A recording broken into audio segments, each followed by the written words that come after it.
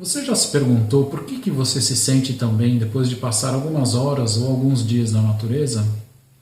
Já teve a curiosidade de saber o que a ciência explica por que nós nos sentimos dessa maneira? Meu nome é Andreas Martin da Outerbound e hoje eu gostaria de apresentar para vocês a palestra Natureza, o Offline que faz bem.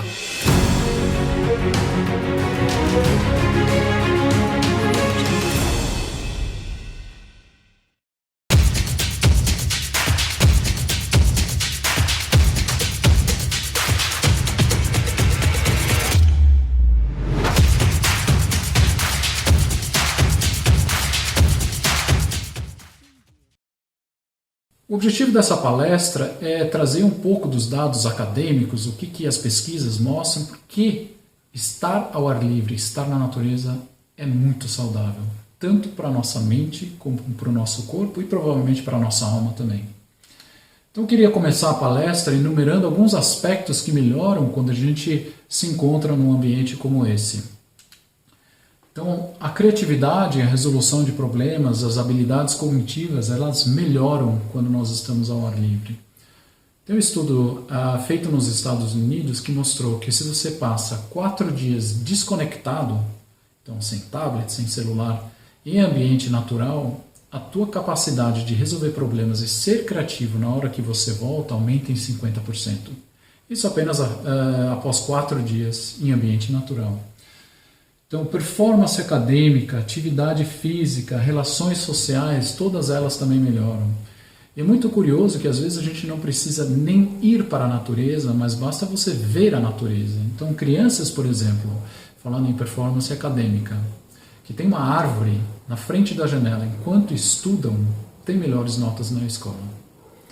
Atividade física, então quando a gente está caminhando, por exemplo, sobre uma trilha e não sobre uma calçada, por exemplo, ou dentro de um shopping center onde o solo, o assoalho é completamente liso, simples fato de eu estar caminhando sobre terreno irregular não só melhora o desempenho físico, mas também a nossa coordenação motora. Isso de uma maneira muito natural, sem forçar, sem nada. Relações sociais, então quando a gente desacelera, quando a gente se encontra na natureza, quando a gente desliga os nossos aparelhos, quando a gente não tem mais esse ruído digital entre mim e uma outra pessoa, automaticamente eu consigo conversar com a pessoa de uma outra maneira, eu consigo me relacionar de uma maneira mais qualitativamente melhor, com maior qualidade, então eu consigo parar para conversar e sem ter um sinalzinho avisando que entrou mais uma mensagem, né? E agora, aspectos de uma maneira positiva que diminuem, crianças que passam mais tempo ao ar livre, brincando do lado de fora, vamos dizer assim, sem aparelhos eletrônicos, demonstram um menor déficit de atenção.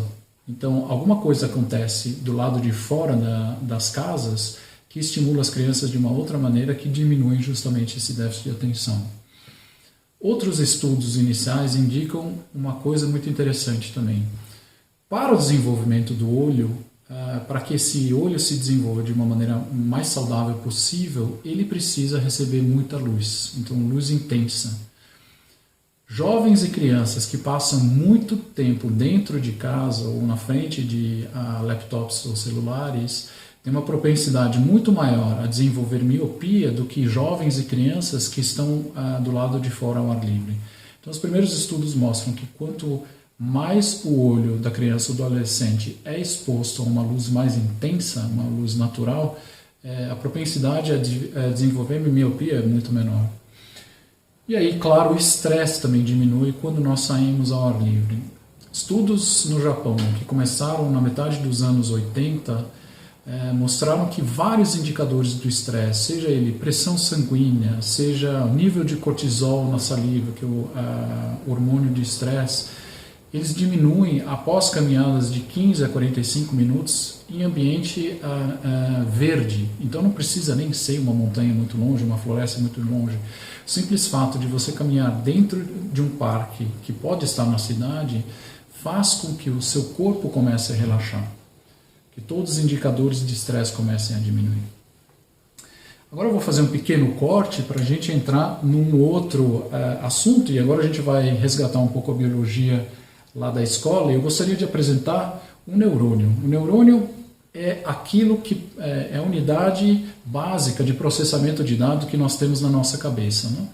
Ele tem 3 áreas que eu gostaria de ressaltar aqui. Então, aqui são os dendritos, quer dizer, são como se fossem dedos que esse neurônio vai esticar para conseguir comunicar com as sinapses, que são a parte final de um neurônio, para que haja a transmissão de informação.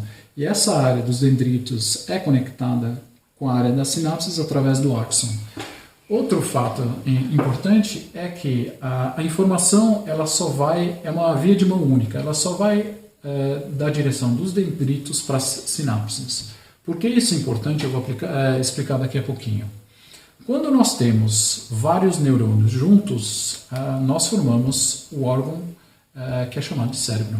Então, o nosso cérebro, provavelmente um dos órgãos mais complexos que nós conhecemos hoje em dia.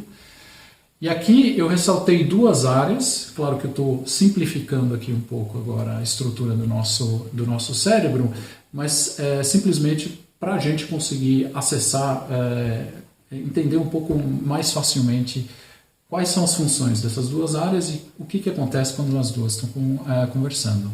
Então, aqui no centro, em lilás, nós temos aquilo que chamamos de sistema límbico. De um ponto de vista evolutivo, o sistema límbico é a parte mais antiga do nosso cérebro. Então, se a gente vai descendo na escada da evolução, vários vertebrados também têm esse sistema límbico, não?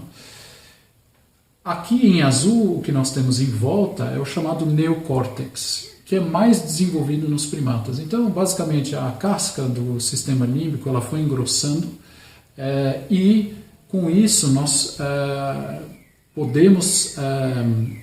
podemos processar informações cada vez mais complexas, né? Então, evolutivamente, nós viemos de primatas, então são animais sociais. E aqueles animais que tinham um neocórtex mais pronunciado, então que tinham maior capacidade de processamento de dados, é que tinham mais filhos. Por que de repente o neocórtex ficou tão importante para nós como para os nossos ancestrais primatas? Relações sociais são informações complexas. Então, quem é o macho alfa, quem é a fêmea alfa, onde que eu estou nessa hierarquia entre os indivíduos de um grupo. Então, cada vez mais informação tendo que ser processada, quem tinha um cérebro maior processava melhor e tinha menos estresse dentro do próprio grupo, e com isso tinha mais sucesso medido no número de descendentes que ele colocava no mundo. No neocórtex nós temos uma área que também é bastante interessante, que é chamado córtex pré-frontal, que é basicamente a área que está justamente atrás da nossa testa. Essas 2 áreas têm funções diferentes. Então, hoje nós sabemos que comportamento, emoção e motivação estão alocados, então eles se iniciam no nosso sistema límbico. E é por isso que nós chamamos o sistema límbico hoje também de nosso sistema emocional. E outro fato muito interessante é que a memória, a geração de memória, então você conseguir absorver um aprendizado, você conseguir absorver uma experiência, é controlado pelo nosso sistema límbico, é controlado pelo nosso sistema emocional. O córtex pré-frontal é basicamente o CEO do nosso cérebro. Então, quando nós estamos acordados, é ele que acende, quando nós estamos dormindo, é ele que desliga. Ele também é responsável pela modulação do comportamento, que é originado no sistema límbico, pela cognição e também tomada de decisão. O sistema límbico, claro, ele conversa com todo o resto do cérebro, mas em especial com o nosso córtex pré-frontal. Então a gente viu que nós temos os neurônios, e os neurônios só conseguem emitir informação em uma direção. Se a gente fala que os dois conversam, nós temos neurônios que projetam as suas sinapses para dentro do córtex pré-frontal, e nós temos neurônios do córtex pré-frontal que projetam para dentro do sistema límbico.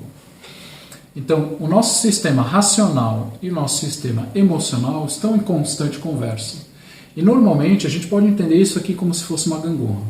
Então, quando estamos sendo mais emocionais, estamos sendo menos racionais. Quando estamos sendo mais racionais, estamos sendo menos emocionais. Então, quando eu estou com medo, por exemplo, ou quando eu estou muito triste, dificilmente eu vou conseguir resolver uma equação de terceiro grau.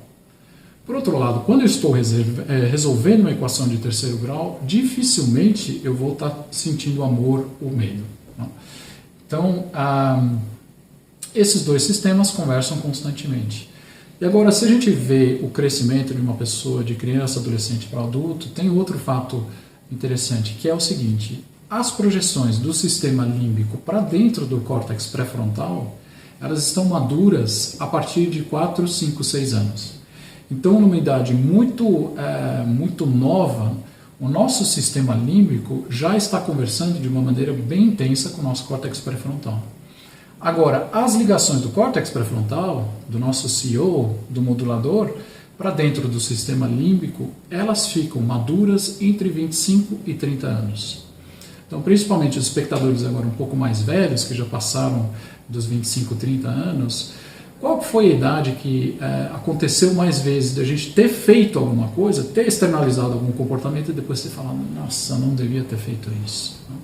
Então, principalmente na adolescência, a gente tem essas ações emocionais mais impetuosas, enquanto que mais tarde, quando mais velho a gente vai ficando mais experiente também, nós temos a capacidade melhor de modular as nossas emoções. Né? A criança, a partir de 4, 5 anos, quando ela não consegue alguma coisa, qual é a resposta comportamental dela? Normalmente ela começa a chorar ou espernear. Então, o comportamento pronunciadamente, bastante forte, emocional. Né? Enquanto que as pessoas mais velhas é pronunciadamente racional. E isso tem a ver com isso. Então, as ligações do nosso sistema límbico para lá estão prontas muito cedo, enquanto que as de cá para lá, elas ficam prontas mais tarde. Uma das maneiras com a qual nós entendemos hoje processos de aprendizado é criar novas conexões. Então, o que nós temos aqui é um esquema de neurônios, como eles se desenvolvem de uma criança que acabou de nascer para uma criança de 24 meses, uma criança de 2 anos. Então, o que a gente vê aqui, que na verdade o número de neurônios não necessariamente aumenta. Mas o que aumenta drasticamente são as conexões entre esses neurônios. Então essa rede de conexões ela vai ficando cada vez mais intensa. Por que eu peguei esse exemplo da criança que nasceu até os 2 anos? Nesse momento na nossa vida é um momento onde a gente aprende demais. Então não é só a parte cognitiva, mas nós aprendemos a falar, nós aprendemos a mastigar, nós aprendemos de maneira inicial uma linguagem, nós aprendemos a nos relacionar de maneira social. Então, essa fase é extremamente intensa em termos de aprendizado. E aí isso, claro, se reflete também no número de conexões que os nossos neurônios fazem. Em outras palavras, aprender é conectar. Vou chegar daqui a pouco, por que eu estou trazendo isso agora? Nós, na Outer Bounds, nós acreditamos em uma coisa: aprender fazendo é a melhor maneira de você começar a adquirir novo conhecimento, é a maneira mais natural que a gente tem. Então aqui nós temos uma cena de um dos nossos programas, que a gente tem crianças dentro de um riacho. Esse momento, nesse programa, é muito rico. Por quê? Porque quando as crianças chegam nesse riacho, a grande maioria delas nunca viu um riacho de água límpida dessa maneira. E no começo elas são super cuidadosas, entram de maneira bem devagar, tem medo de escorregar, tem medo de se molhar, tem medo de cair. E no curso de 15 minutos, então se passam 15, 20 minutos, a criançada começa a se apropriar desse ambiente e começa a brincar dentro dele. Né? Então alguma coisa acontece nesse ambiente, número 1, que é natural, que estimula de uma maneira diferente. Então, a água correndo por si própria já é uma coisa que está mudando constantemente. Né? E aí, se eu estou com mais crianças ali dentro, essa interação social que eu tenho ali entre as crianças, um coloca uma folhinha para descer o rio, o outro começa a espirrar água para o cachorro pegar, e por aí vai. Então, esse ambiente estimulante, ele já vai gerando, nesse curto espaço de tempo, vários aprendizados. Né? E o que eu quero apresentar para vocês agora é o ciclo de aprendizagem experiencial, que é pano de fundo metodológico que nós temos nos nossos programas e que, de certa maneira, acontece de maneira intencional ou não intencional, se você está na natureza. Né? Então, nós partimos de uma experiência concreta. Colocar o pé na água, na borda, por exemplo, do riacho. Né? Essa experiência ela vai sendo processada no nosso cérebro. Aquelas conexões que eu mostrei para vocês anteriormente entre neurônios, a cada 15 minutos uma nova conexão pode ser criada. Então, para se criar uma conexão, bastam 15 minutos. Né? Então, a experiência por si própria ela já é muito rica. E esse ciclo ele baseia no trabalho de duas pessoas, Levin e Kolb. E a gente vai ver um pouco mais para frente o que eles disseram. Né? Mas o segundo passo, depois que nós passamos por essa vivência, normalmente o que a gente faz? A gente para pensar, para refletir. O que foram fatos? O que aconteceu? E como é que eu me senti diante desses fatos? Né? Então, antes a gente viu que o centro que é responsável por gerar memórias, em outras palavras, por gerar aprendizado, está no nosso centro emotivo. Então, se eu sou capaz de linkar um fato a uma emoção, o aprendizado é mais profundo e mais duradouro. Então, simplesmente estar conversando sobre aquilo que eu vivenciei, então a gente pergunta para a criançada, por exemplo, e aí, vocês gostaram? Como é que foi para vocês? Que foi tão bacana? E não só para as crianças, porque esse programa é junto com os adultos, né? Então a gente também pergunta aos adultos, como é que foi essa experiência para vocês, né? Então, as crianças entrando a primeira vez no riachinho, você vê a cara tensa dos pais, né? Será que meu filho vai escorregar? Será que minha filha vai se molhar, né? E para os pais também é um aprendizado. Então, à medida que as crianças vão brincando e dominando cada vez melhor esse ambiente dentro do riacho, do outro lado os pais também vão relaxando cada vez mais, vão entendendo que elas conseguem se divertir ali de maneira segura. Né?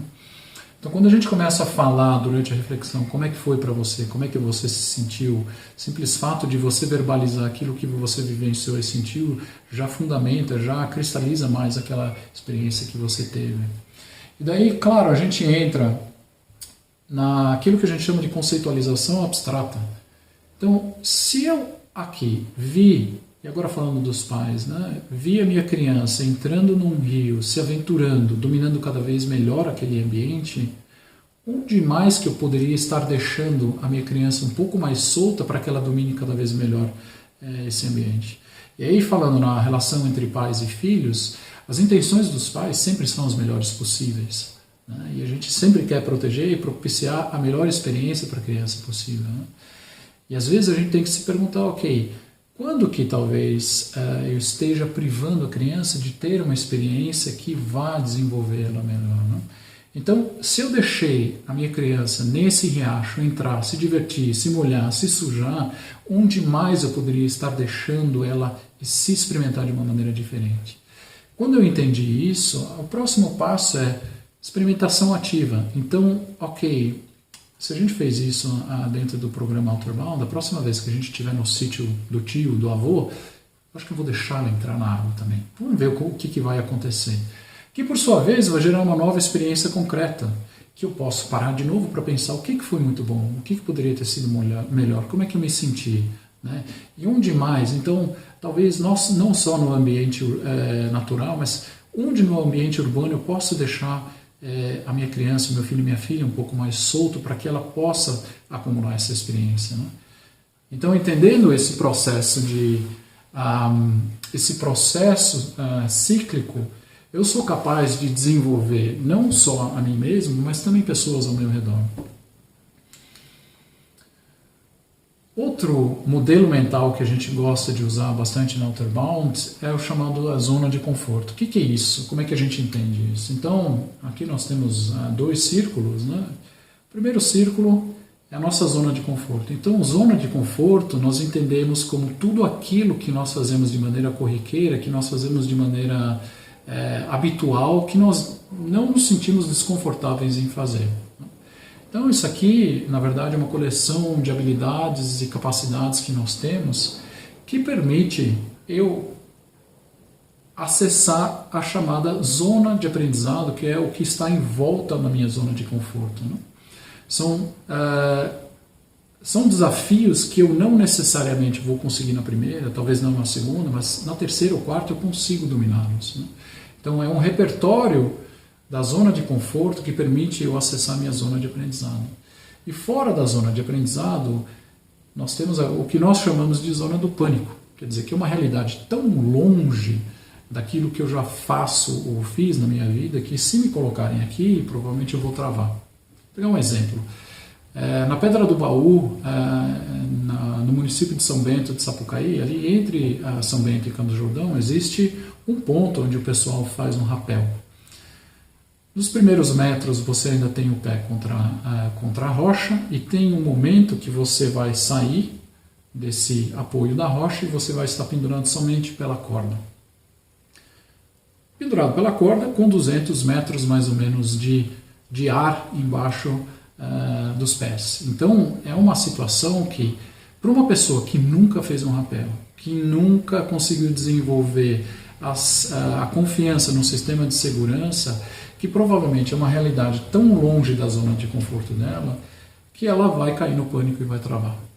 Agora, pelo outro lado, se eu pegar essa pessoa que nunca fez um rapel e eu primeiro começo apresentando o equipamento de escalada e de rapel que ela vai usar, eu começo a fazer pequenos exercícios em alturas cada vez maiores. Não, mas a gente começa bem pequeno, vamos fazer um rapel de 1 metro, vamos fazer um rapel agora de 3 metros. Né? Então, progressivamente, fazer com que essas experiências vão aumentando, em outras palavras, tirando ela de maneira intencional e estruturada da zona de conforto, com cuidado de mantê-la dentro da zona de aprendizado, o efeito que isso aqui vai ter, e agora observem por favor, a zona de conforto aumenta. Então, quanto mais eu repito atividades, situações que eu não domino completamente, mas que o meu repertório permite dominar, eu vou ampliando a minha zona de conforto. Então, voltando ao exemplo, uma pessoa que nunca fez esse rapel, se eu trago ela de maneira estruturada, intencional, a confiar no sistema de segurança, a fazer rapel de alturas cada vez maiores, depois eu vou conseguir fazer com que ela faça o rapel na Pedra do Baú, que é um rapel espetacular, mas que requer essa aproximação com mais cuidado. O que acontece com a zona de aprendizado é que ela também aumenta. Então, quanto maior o meu repertório, quanto maior a minha zona de conforto, mais desafios eu posso me propor a enfrentar. E automaticamente mais longe vai ficando minha zona de pânico. Então, quanto mais rica a minha experiência, mais eu posso me propor a fazer. O interessante é que tanto o modelo mental do ciclo de aprendizagem experiencial como esse modelo mental da zona de conforto, as duas coisas acontecem de uma maneira muito natural quando nós estamos do lado de fora, na natureza. Então, voltar para o ambiente natural, que historicamente, evolutivamente, é de onde nós viemos, muitas coisas acontecem de uma maneira muito automática, muito natural, sem que a gente tenha que forçar demais. Eu falei antes, esse aqui é o Sr. David Akolb, é um psicólogo social de Harvard que escreveu em 1984 esse livro Experiential Learning, né, aprendizagem experiencial. É um livro onde ele destilou os estudos de três pesquisadores, Levin, Dewey e Piaget, e trouxe esse ciclo de aprendizagem experiencial que apresentei antes para vocês de uma maneira muito fácil, não só de se entender, mas também de se dominar e começar a aplicar. E o que o David Kolb fala é que a essência da aprendizagem é a experiência. Vou voltar para um exemplo de um bebê. Como é que um bebê ou uma criança de 10 meses a 1 ano aprende a caminhar? Não sou eu como adulto que vou lá e falo, olha, bebê, se você mantiver os teus 2 pés abertos mais ou menos na altura dos ombros e na hora de dar o primeiro passo, você ter o cuidado de manter o centro de gravidade entre esse eixo, você vai começar a andar. Não é assim que a criança aprende. A criança aprende, ela se puxa numa cadeira, começa a balançar, tenta se equilibrar, cai. Se puxa novamente nessa cadeira, fica um pouco mais estável e cai novamente. Na terceira ela já fica mais estável, ela vai arriscar o primeiro passo. Deu o primeiro passinho, ela cai de novo, mas ela vai tentando e vai tentando e vai tentando cada vez mais, né? Então, de maneira muito natural, através das experiências, é que nós aprendemos. E claro, isso pode ser de uma maneira psicomotora, como é no começo da nossa vida, né? Quando eu começo a me mexer, quando eu consigo, como bebê, começar a me virar, quando eu consigo, como criança, começar a caminhar, né? E quando eu começo a dominar futebol, por exemplo. Então, esses processos, eles são gradativos, a experiência como ponto de partida é muito poderoso para o processo de aprendizagem. E aí, claro, se a gente pega essa lógica e transfere para outros contextos, como, por exemplo, o cognitivo, né? Então, aprender matemática, essas coisas. Então, se eu aprendo matemática nua e crua é uma coisa, mas, ok, com R$10, quantas figurinhas da Copa eu consigo comprar? Aí a conexão é outra. Então, gerando esse aprendizado através da experiência, ele acaba se cristalizando de uma maneira mais profunda e duradoura. E aí, claro, para o socioemocional, que é o cerne do nosso trabalho. Então, quanto mais eu me conheço, quanto mais aprofundado é o conhecimento das minhas fortalezas e fraquezas, melhor eu interajo em grupo. Eu consigo saber onde são os meus limites, eu sei como eu consigo liderar, trabalhar em equipe e até resolver conflitos, né? E agora eu gostaria de dar um passo e falar um pouco sobre Outerbound, para não ficar no ar quem somos nós e por que nós fazemos aquilo que nós fazemos. Outerbound é uma rede mundial de escolas de aprendizagem experiencial ao ar livre. Nossa história ela começa em 1941 com esse senhor aqui, uma pessoa chamada Kurt Hahn. Naquele momento a Inglaterra se encontrava em guerra com a Alemanha principalmente, né? E uma das estratégias dos alemães era torpedear a marinha mercante britânica. A ideia é que se os britânicos não tivessem mais armamentos e suprimentos, em algum momento eles iriam sucumbir. O que se observava quando esses navios iam a pique era que tendencialmente os marinheiros mais jovens, que tinham vigor físico maior, é que sucumbiam. Então alguma coisa faltava para esses jovens, que não era força, para que eles pudessem lidar com essa situação de estresse. E aí se cria Outerbound, onde os jovens aprendiam a vida no mar através do mar. Então basicamente o que se fazia em 1941 é o que nós fazemos hoje. É fazer com que as pessoas, os participantes, crianças, jovens, adultos, aprendam fazendo. Então nós propomos desafios de maneira estruturada, a tirar as pessoas de suas zonas de conforto para que elas descubram errando e acertando, errando, pensando, refletindo, contextualizando. Esse tipo de treinamento teve tanto sucesso para os marinheiros, então a taxa de mortalidade entre os marinheiros jovens foi realmente lá para baixo, e se viu tanto valor nesse tipo de vivência para jovens, para desenvolver o caráter, que a Outerbound não só foi mantida depois da Segunda Guerra Mundial, mas ela também se espalhou por vários países, hoje está presente em mais de 30 países, e atende 250 mil pessoas em experiências desafiadoras na natureza. O Kurt Hahn, não só na época dele, ele foi um visionário, muitas das ideias são visionárias até hoje, né? Ele acredita que os nossos jovens, os nossos adolescentes, eles já têm mais habilidades e capacidades do que eles imaginam, e muitas vezes nós, como sociedade, como